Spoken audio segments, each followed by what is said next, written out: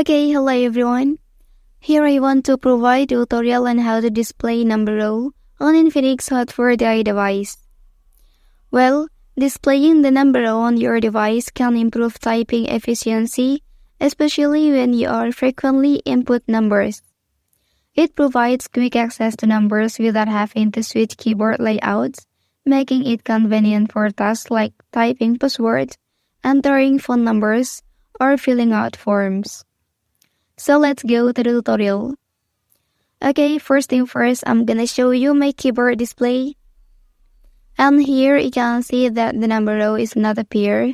So the way to show up the number row, simply tap this icon and select preferences. Okay, so now you can activate the first option here. Okay, let's check it. And the number row is successfully added to your keyboard. Well, that's the tutorial on how to display number row on Infinix Hot 4DI device.